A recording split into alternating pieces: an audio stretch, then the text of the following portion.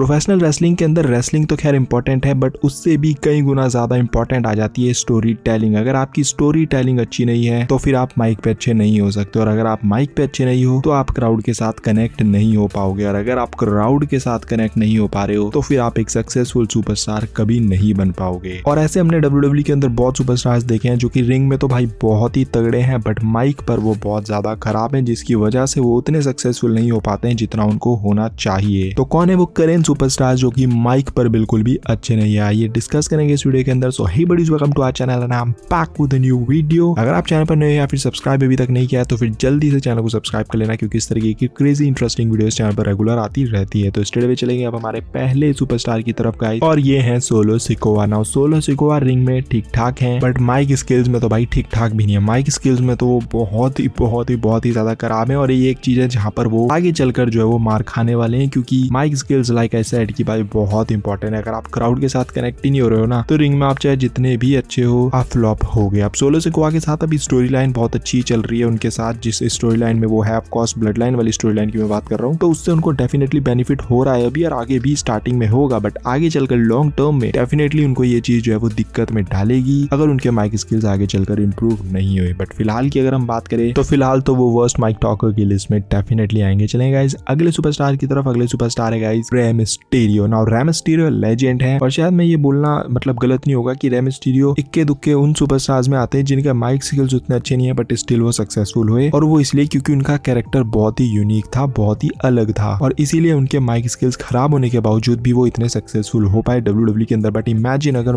Rey Mysterio का mic skills तगड़े होते, बहुत ही तगड़े होते, तो फिर जो सक्सेस उनको आज मिली है उससे भी और ज्यादा लेवल अप उनको सक्सेस मिल पाती। बट स्टिल हाँ, ये कहेंगे हम कि रे मिस्टीरियो बिना अच्छे माइक स्किल्स के साथ भी सक्सेसफुल हैं, बट हाँ हम क्योंकि वर्स्ट माइक टॉकर्स की बात करें तो रे मिस्टीरियो माइक पे कभी भी अच्छे नहीं रहे हैं। चाहे उनके आप स्टार्टिंग के डेज देखो या अभी के भी अगर आप उनके माइक स्किल्स देखते होंगे, जब भी वो माइक पर बात करते हैं तो उतने वो इंप्रेसिव या फिर उतने कनेक्टिंग वो फील नहीं करा पाते हैं। चलेंगे अगले सुपरस्टार की तरफ, और अगले नंबर पे जो सुपरस्टार है गाइस ये है coffee Kingston. Now coffee Kingston की कोफी मेनिया सबको याद होगी, उनका सिंगल रन डेफिनेटली सबको याद होगा, पर एक चीज है जहां पर वो लैक की, और वो है उनके माइक स्किल्स। अगर आप देखो तो WWE ने similar kind of push Daniel Bryan को भी दिया था, बट डैनियल ब्रायन जो है वो सक्सीड कर गए, और उसके बाद तो वो एक अलग ही लेवल के सुपरस्टार बन गए। क्यों? क्योंकि डैनियल ब्रायन माइक पर अच्छे थे। अगर कोफी किंगस्टन की तरफ अगर आप देखो तो उनको भी WWE ने वो मोमेंट दिया था कोफी मेनिया वगैरह, बट उसके बाद वो उतनी सक्सेस नहीं हासिल कर पाया और वो धड़ाम से नीचे गिर गए। वाई? बिकॉज ऑडियंस के साथ वो कनेक्ट नहीं कर पाया, और उसका मेन रीजन था उनके माइक स्किल्स। न्यू डेज के साथ जब वो प्रोमो देते हैं तो वहां पर वो डिसेंट प्रोमो कट कर देते हैं, बिकॉज एक्जेवियर वुड उनके साथ होते हैं, और एक्जेवियर वुड भाई माइक पर बहुत ही तगड़े हैं, तो उस वजह से कोफी किंगस्टन के जो माइक स्किल्स हैं वो छुप जाते हैं और वो काम कर जाते हैं अपना। बट अगर उनको सिंगल में आप प्रोमो दोगे तो वहां पर वो बहुत बुरी तरह लैक कर जाते हैं। चलेंगे गाइस अगले सुपरस्टार की तरफ, और अगले जो सुपरस्टार है हमारी इस लिस्ट के अंदर वो है Liv Morgan. Now female superstars में अगर करंटली देखोगे तो one of my favourite superstar Liv Morgan है, बट एक चीज है जो कि मेरे को भी उनकी पसंद नहीं है, एंड दैट इज उनके माइक स्किल्स। नाउ माइक पर वो उतनी अच्छी नहीं है, बट हाँ लिव मॉर्गन को देखकर इतना तो फील होता है कि शायद ये आगे चलकर इंप्रूव कर सकती है माइक स्किल्स, क्योंकि हमने बहुत सुपरस्टार्स देखे हैं जो कि शुरू में माइक पर बहुत खराब थे और आगे चलकर वो बहुत ही अच्छे बन गए। परफेक्ट एग्जांपल भी तो रोमन रेंज आपके सामने है, मिज आपके सामने है, जो कि दोनों शुरू में बहुत खराब थे माइक पर, बट अब दोनों को देखोगे तो भाई वो लेजेंड्स हैं। तो लिव मॉर्गन के साथ मेरी वो एक्सपेक्टेशन है, बट स्टिल अगर करंट वाली बात करेंगे तो करंटली वो माइक पर उतने अच्छे प्रोमोज नहीं दे पाती है। चलेंगे गाइस अगले सुपरस्टार की तरफ, अगले जो सुपरस्टार है हमारी लिस्ट के अंदर वो है शिंजुके नाकामुरा। नाउ नाकामुरा अगेन एक बहुत परफेक्ट एग्जांपल है ये बताने के लिए कि भाई रिंग में आप चाहे जितने मर्जी अच्छी हो उससे उतना फर्क नहीं पड़ेगा अगर आपके माइक स्किल्स अच्छे नहीं है। नाकामुरा रिंग में सबको पता है भाई क्या तोड़फोड़ वो सुपरस्टार है, बट माइक पर वो मार खा जाते हैं। सिमिलर काइंड ऑफ सुपरस्टार की अगर मैं बात करूं तो एजे स्टाइल्स भी हैं, जो कि दोनों आसपास ही WWE के अंदर सिमिलर तरीके से आए थे, मतलब कहीं और फेमस होकर आए थे WWE के अंदर। दोनों बहुत बड़े सुपरस्टार थे। एजे स्टाइल्स ऑफ कोर्स ज्यादा बड़े सुपरस्टार थे, बट नाकामुरा भी अच्छे खासे बड़े सुपरस्टार थे बाकी प्रमोशन में। बट जब दोनों आए WWE के अंदर तो एजे स्टाइल तो स्ट्रेट अवे हिट हो गए, बिकॉज एक तो वो बहुत बड़े सुपरस्टार भी थे, दूसरा प्रोमोज में बहुत अच्छे थे एजे स्टाइल्स, तो वो ऑडियंस के साथ कनेक्ट कर पाए। बट नाकामुरा क्योंकि प्रोमोज में अच्छे नहीं थे तो वो ऑडियंस के साथ उतना कनेक्ट नहीं कर पाए, और इसीलिए उनको इतनी सक्सेस नहीं मिली WWE के अंदर। ऐसा नहीं कि वो वर्ल्ड चैंपियन ही बनेंगे, डेफिनेटली इन फ्यूचर वो वर्ल्ड चैंपियन बनेंगे, और खराब माइक स्किल्स वाले भी वर्ल्ड चैंपियन बनते हैं, बट वो उतना सक्सेसफुल नहीं हो पाते हैं। तो नाकामुरा के साथ भी सिमिलर चीज है कि वो डेफिनेटली आगे चलकर वर्ल्ड चैंपियन बनेंगे, अच्छे रन वो देंगे, बट उतना सक्सेसफुल नहीं हो पाएंगे वो जितना उनके टैलेंट यानी कि जो